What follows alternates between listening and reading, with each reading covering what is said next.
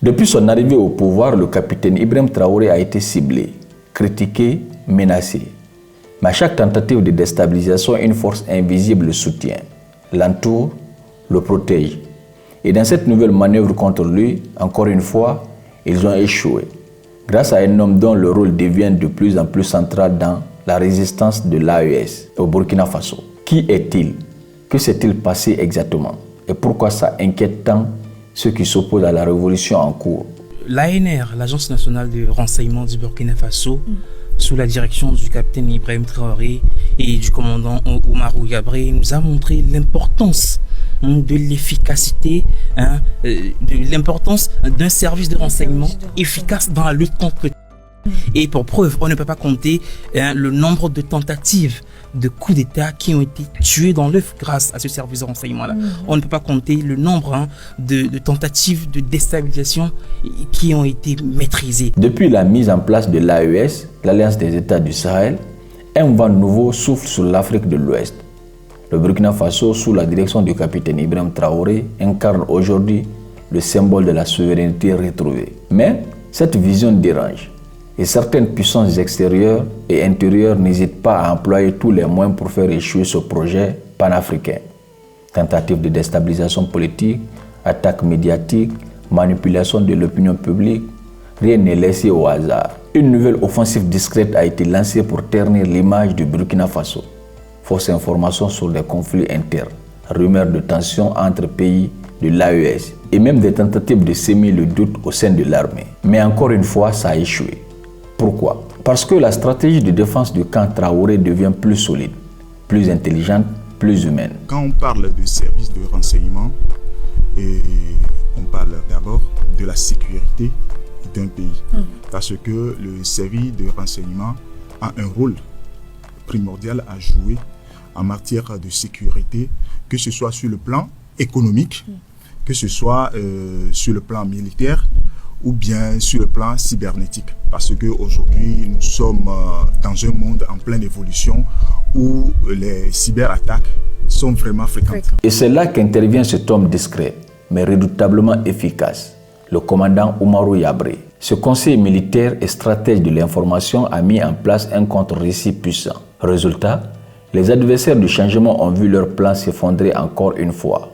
Mais qui est le commandant Oumarou Yabré? Le commandant Oumarou Yabré est une figure clé du système sécuritaire burkinabé, occupant des postes stratégiques au sein des services de renseignement depuis l'arrivée au pouvoir du capitaine Ibrahim Traoré. Diplômé en 2013 de l'école spéciale militaire de Saint-Cyr en France, dans la filière management et relations internationales, Oumarou Yabré a débuté sa carrière comme officier d'infanterie. Il a ensuite participé à une mission à Tombouctou dans le cadre de MINUSMA, mission multidimensionnelle intégrée des Nations Unies pour la stabilisation au Mali, avant de se spécialiser dans le domaine du renseignement. Le 13 octobre 2022, peu après la prise du pouvoir du capitaine Ibrahim Traoré, Oumarou Yabré a été nommé directeur général de l'Agence nationale de renseignement, ANR, du Burkina Faso. À ce poste, il a joué un rôle central dans la réorganisation des services de renseignement du pays. Le 24 décembre 2024, il a été nommé président du Conseil national de sécurité d'État, CNSE, un organe chargé de la mise en œuvre de la politique nationale en matière de renseignement, institué par la révision constitutionnelle du 30 décembre 2023. Oumarou Yabré est considéré comme un proche du capitaine Ibrahim Traoré. Sa nomination à des postes clés du renseignement et de la sécurité nationale témoigne de la confiance que lui accorde le président dans la consolidation du pouvoir et la gestion des affaires sécuritaires du pays. C'est le commandant Oumarou Yabré, comme vous venez de le dire, qui a été reconduit à la tête de cette nouvelle institution. Est-ce que c'est dire que c'est la confiance, c'est une marque de confiance du capitaine Ibrahim Traoré? On dit souvent qu'on ne change pas l'équipe qui gagne.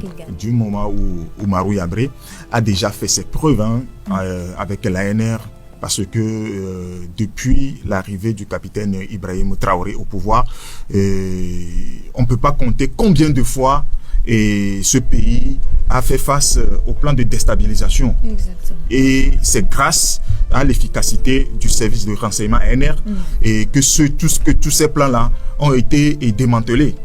Parce que quand vous prenez un service de renseignement, c'est d'abord la collecte, l'analyse, le traitement de des informations. Il va falloir que ceux qui travaillent au sein de ce service-là soient vraiment compétents.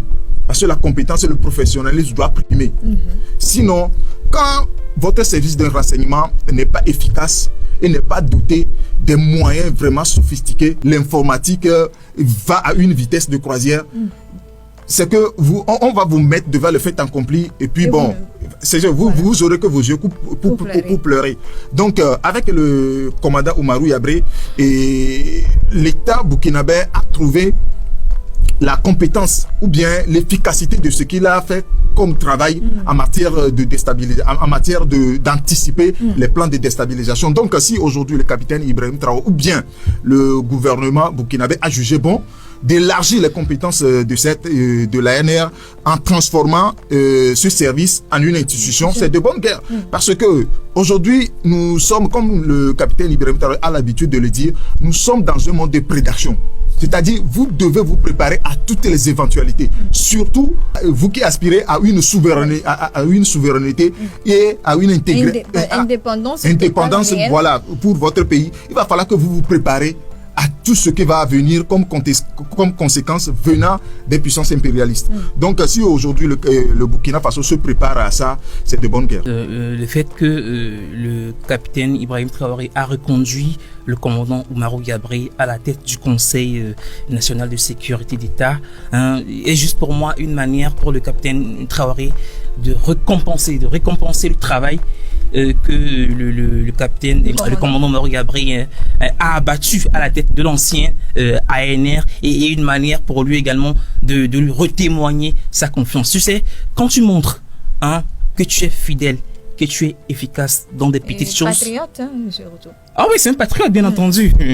Et je disais que quand tu montres que tu es fidèle et que tu es efficace dans des petites choses, dans des petites tâches, on va te confier de très grosses tâches. Et le commandant Oumarou Yabré l'a prouvé à maintes reprises qu'il est l'homme qu'il faut, à la place qu'il faut, qu'il est à la hauteur de la situation. Et on ne peut pas parler sans mentionner cette loyauté-là, dont le commandant Oumarou Yabré a toujours fait preuve. Tu viens de le dire, c'est un patriote. Et surtout, la complicité qu'il y a entre lui et le capitaine Ibrahim Traoré est à féliciter. Donc, il faut garder cette dynamique-là si on veut vraiment une lutte efficace contre le terrorisme. Mais pourquoi il veut la chute du capitaine Ibrahim Traoré? Ce qu'il faut comprendre, c'est que Ibrahim Traoré est plus qu'un chef d'État. C'est un symbole, une menace pour ceux qui veulent maintenir l'Afrique dans la dépendance. Il inspire, il connecte les jeunesses africaines. Il refuse les compromis avec ceux qui pillent le continent. Et dans ce combat, il s'entoure de figures de confiance, de soldats loyaux et d'intellectuels stratèges. À nous maintenant de jouer notre rôle, car chaque attaque contre ces nouveaux leaders africains est aussi une attaque contre l'espoir d'une Afrique libre. Ne laissons pas les fake news manipuler notre conscience. Soutenons la vérité. Soutenons ceux qui défendent la souveraineté avec courage. Car cette bataille ne se joue pas seulement sur le terrain politique ou militaire, mais dans nos esprits, sur nos écrans, dans nos conversations. Une fois encore, ils ont échoué, mais demain, ils reviendront. Et cette fois, il faut qu'on soit encore plus nombreux à rester éveillés. Dites-moi en commentaire, penses-tu que le Burkina Faso et les autres États membres de l'AES tiendront face à toutes ces attaques? Abonne-toi, active la cloche de notification et surtout partage cette vidéo pour éveiller d'autres consciences. À très bientôt.